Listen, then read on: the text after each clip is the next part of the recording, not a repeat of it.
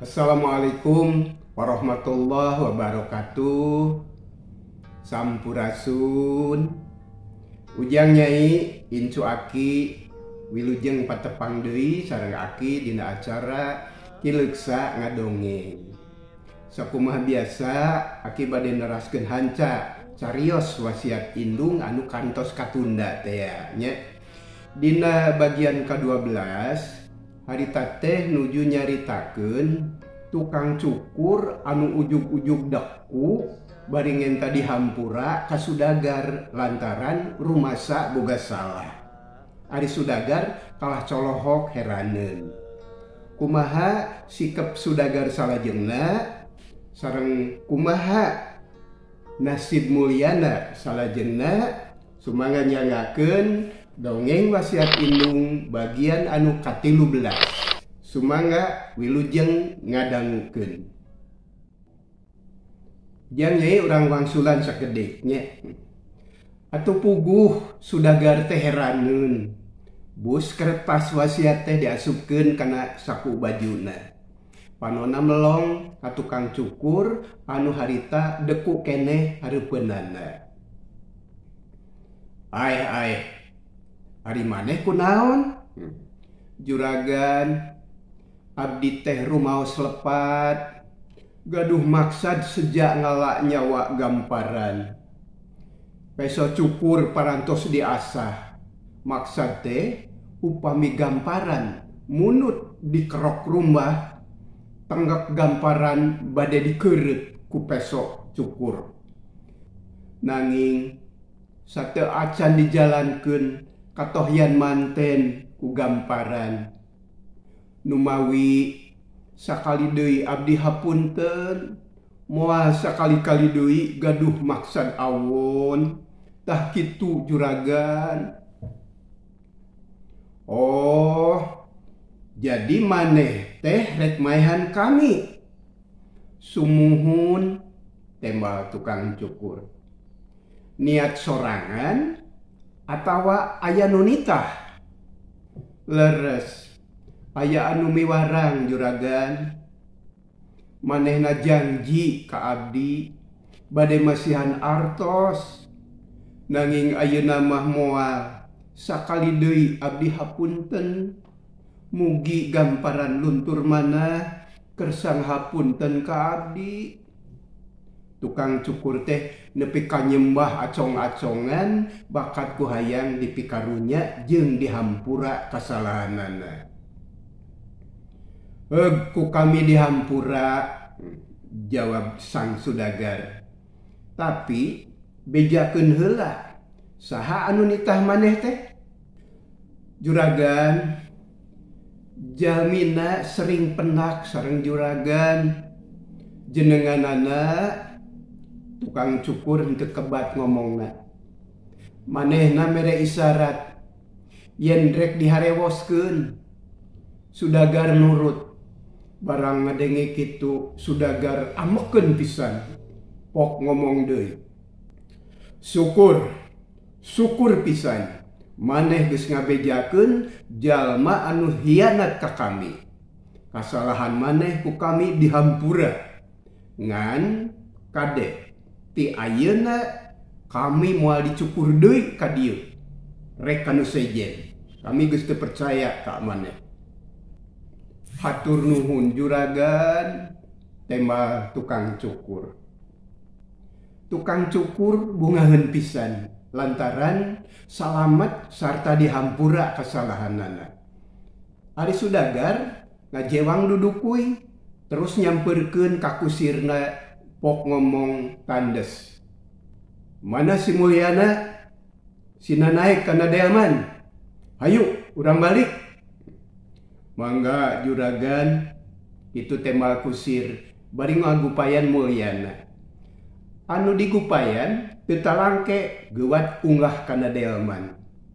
Tukung silila kuda geus lumpat, sorana plok-plak patembalan. Hate mulyana can teteg sabab Sudagar can ngomong nanaon. Salila di perjalanan ngabetem wae kawas anu tas manih kareuwas. Barang bus ka imahna. Mulyana mani colohok. Kaget nenyo imah anu agreng kawas karaton. Pakaranganana lega, dipapaes ku rupa-rupa kekembangan. Persis kawas anu kaalaman dina impian tea. Ari Sudagar can bijil numpi bae di kamar. Ngan Mulyana mah dipernahkeun, diatur ku kusir tea. Malah disuguhan mun sagala aya. Sanajan kacida laparna, Mulyana teu wanieun mak. Barang dahar teh saperluna bae. Heuleut sawatara waktu Sudagar teh nyampeurkeun ka Mulyana dibarengan ku bojona. Gek diuk ngariung, Mulyana tungkul bakat ku ajrih. Bu, tah ieu budak nu ngaran Mulyana teh. Nya ieu pisan anu nulungan Bapak nepi ka salamet henteu tulus dipaehan ku tukang cukur. Cek Sudagar bari nunjuk ka Mulyana. Atuh buguh we Mulyana teh reuwas. Sabab can ngarti kana jujutanana. Jang Mulyana hatur nuhun nya. Idep geus nyalametkeun Bapak. Cek bojo Sudagar someah naker ka Mulyana kacida tumarimana. Nanging cek Mulyana, tapi ngomongna can kebat lantaran kapiheulaan ku Sudagar. Meges Mulyana, teu kudu loba pikiran. Ayeuna mah kieu, wasiat tea ku kami moal dibayar. Moal dibayar ku duit maksudna. Sabab hese ngahargakeunana. Kumaha mun maneh cicing di dieu? Kabeneran kami teh teu boga anak. Jeung tibatan udar ider tepuguh mah. Mending bantuan ngurus pakaya Bapak di dieu. Soal dahar tong sieun. Salila kami mangih dahar, maneh oge bakal dahar. Tah, kumaha lamun kitu? Barang ngadenge omongan Sudagar kitu, hate Mulyana ngemplong, asa leupas tina bang baluh. Memeh nemalan, turun heula tina kursi, brek deku gigireun Sudagar, terus nyarita dareuda. Hatur sewu nuhun, laksa ketika bingahan. Kantenan abdi nampi pisan kana kajembaran manah juragan. Hatur nuhun juragan, nuhun. Tong kitu pamali. Sok hudang deui. Diuk sing bener. Jeung ulah nyebut juragan deui. Anggap di imah kolot sorangan. Tah ayeuna jig mandi heula. Engke dibere baju keur salin. Cek Sudagar ngomongna rada garihal tapi kana hate matak tentrem. Da niatna alus. Mulyana teu bisa nolak. Nurut bae kana omongan Sudagar. Dina hate sababaraha kali muji syukur ka Yang Agung. Ras inget ka indungna jeung inget kana papatah Aki Asik. Nya karasa nikmatna bakti kanu jadi indung jeung satuhu kasepuh teh. Sabot Mulyana mandi bebersih, Sudagar badami jeung bojona yen urusan dagang jeung asdun katut kasa rek dieureunkeun. Sabab geus bukti hianat sarta aya niat jahat. Bojona nya tujuan. Da memang geus loba beja yen eta dua jalma teh mindeng hianat jeung licik deui. Sumuhun satuju pisan abdi mah Pak. Sabab sanyana mah abdi oge geus loba meunang beja yen si eta mah licik. Urang teh loba dibobodo, loba ditipu. percaya teuing ka eta jalma akhirna urang anu rugi. Nya ari ayeuna aya bukti kitu mah syukur. Aya alasan pikeun ngabolaikeun hubungan dagang jeung maranehna. Kitu ceuk bojona manis satujun pisan. Tah nya kitu Bu. Ieu kabeh berkahna tepung jeung si mulyana. Keun. Si Asdun jeung si Karsa ulah dipercaya deui. Duit nu dijanjikeun rek dibayar isukan urang bolaikeun tuman. Eta sudagar beuki tandes ngomongna. Mana horeng anu diharewoskeun ku tukang cukur teh Asdun jeung Karsa. Ujang Nyai, ari anu diomongkeunana harita teh keur badami jeung nu boga barang. Asdun jeung Karsa geus paheut pasini rek nambahan daganganana. Ku cara kitu usahana bakal tambah maju, tambah loba batina. Soal modal teu hariwang. Da sudagar teh geus janji rek mantuan ngamodalan.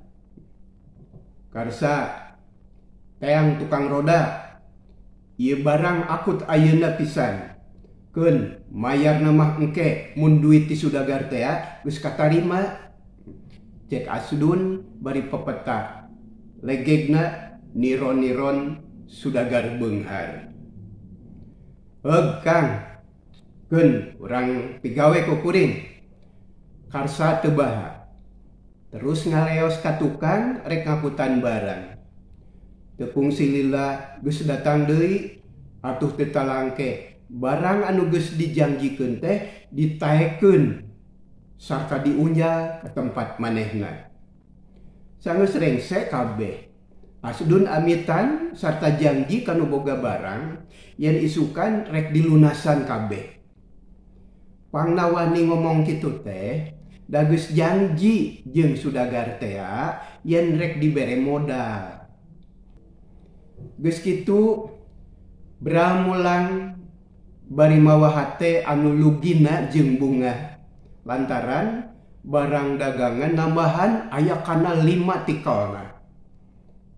Ku Asdun jeung Karsa geus kaerong pibatiunana mangkaning dagang teh harita mah keur haneut.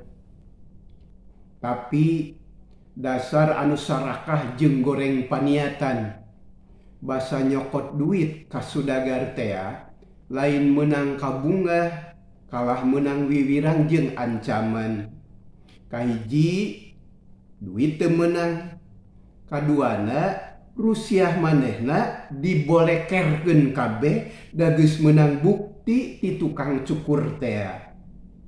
Mun Asdun jeung Karsa loba paningkah rek dilaporkeun kanu wajib. Atuh maning ngahulang duanana oge. Terus amitan bari mawa hate anu sedih. Lantaran usahana gagal, sasat ngegel curug teu ngahasilkeun nanaon. Heuleut saminggu ti harita. Ka imah Asdun jeung Karsa aya nu wajib datang. Duanana dikerebet kalayan dituding nipu barang ka bandar. Sabab janji rek mayar isukan kabuktianana nepi ka ayeuna teu beja teu carita. Atuh puguh bae Asdun jeung Karsa teh reuaseun. Hayang untung kalah buntung. Bongan goreng niat jeung patekadan. Hayang untung tina enteng temahna matak cilaka. Ari mulyana rai poe teh awakna tambah lingsig tur bersih. Pakaianana ginding sarta gawena teu berat. Ku sudagar dianggap anak pituin.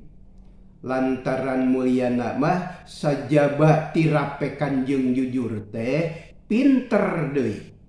Atuh tambahnya aheun we sudagar teh.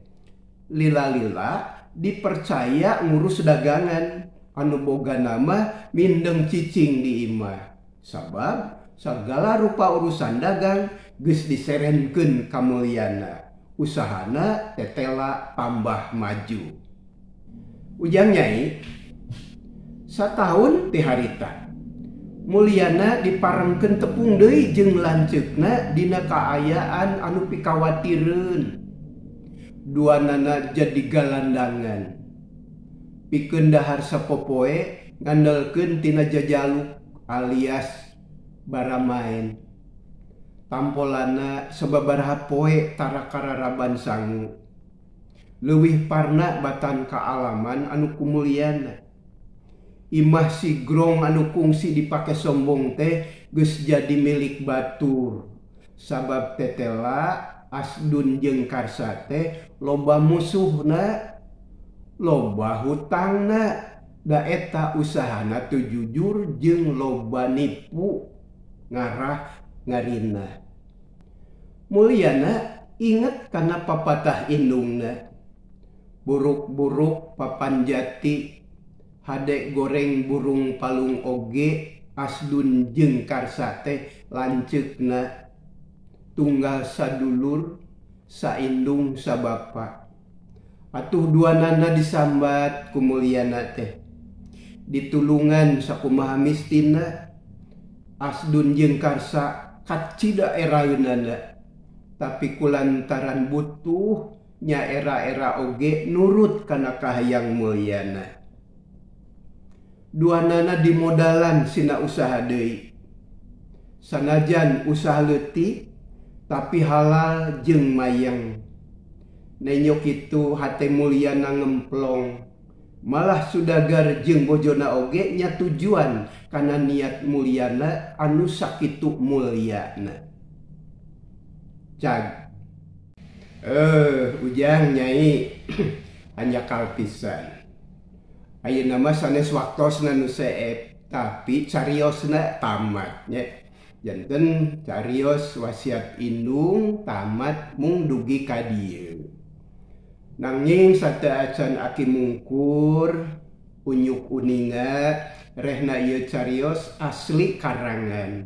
Taku jalaran kitu bok bilih aya anu kasabit nami, atanapi kasebat asma, atanapi kasindiran lakuning perlampahan, neda sihapunten anu kasuhun, rupina eta mah mung ukur kaleresan. Ya.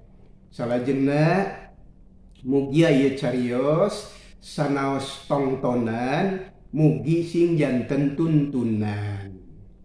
Rupina sakitu anu kapihatur, mugia ditepangkeun deui dina carios anu salajengna.